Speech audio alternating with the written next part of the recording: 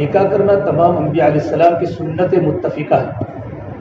ہر نبی نے نکاح کیا ہے،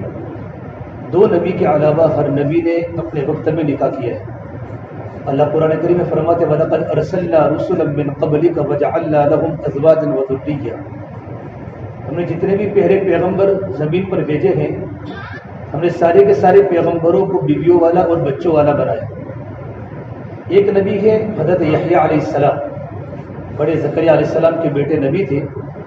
بالکل چھوٹی عمر میں ہی ان کو ان کی قوم نے شہید کر دیا اور اللہ کے پیارے ہو گئے